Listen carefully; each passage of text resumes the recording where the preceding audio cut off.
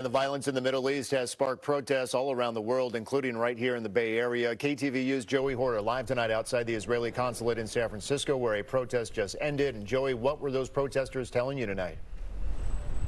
Yeah, guys, on one side of the street here, we saw protesters calling on the U.S. to stop supporting Israel. And separated by these police barricades today, we saw counter-protesters saying that they are condemning the attacks. Tonight, we're hearing from both sides.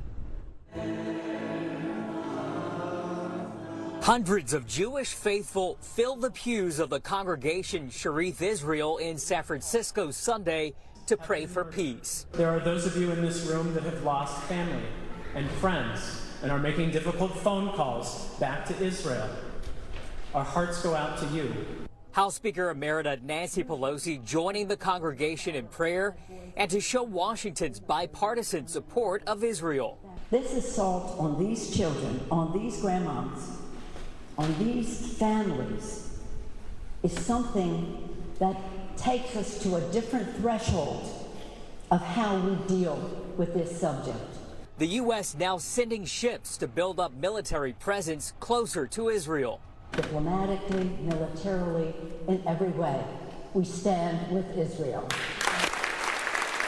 But for Sharif Sakoud, lead organizer of the Arab Resource and Organizing Center in the Mission District, he's rallying to defend the Palestinian people, a fight that for him is personal.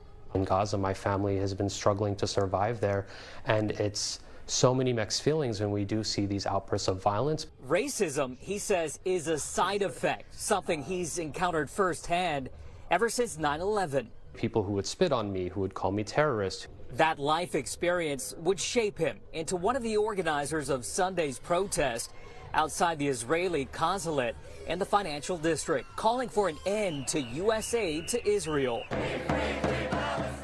This is over 75 years of brutal occupation, over 15 years of siege on Gaza, and really we should be questioning why we're aligning ourselves with a state that continues apartheid practices. From Palestine to Mexico. Two Bay Area communities on two very different ends of a deadly situation. A very emotional protest out here today, shutting down this intersection earlier on. And we should point out that those who support the Palestinian side of this say tonight that they do condemn any attacks or violence against civilians. For now, we're live in the financial district tonight. Joey Horta, KTVU, Fox 2. All right, Joey, thank you for that. Hundreds of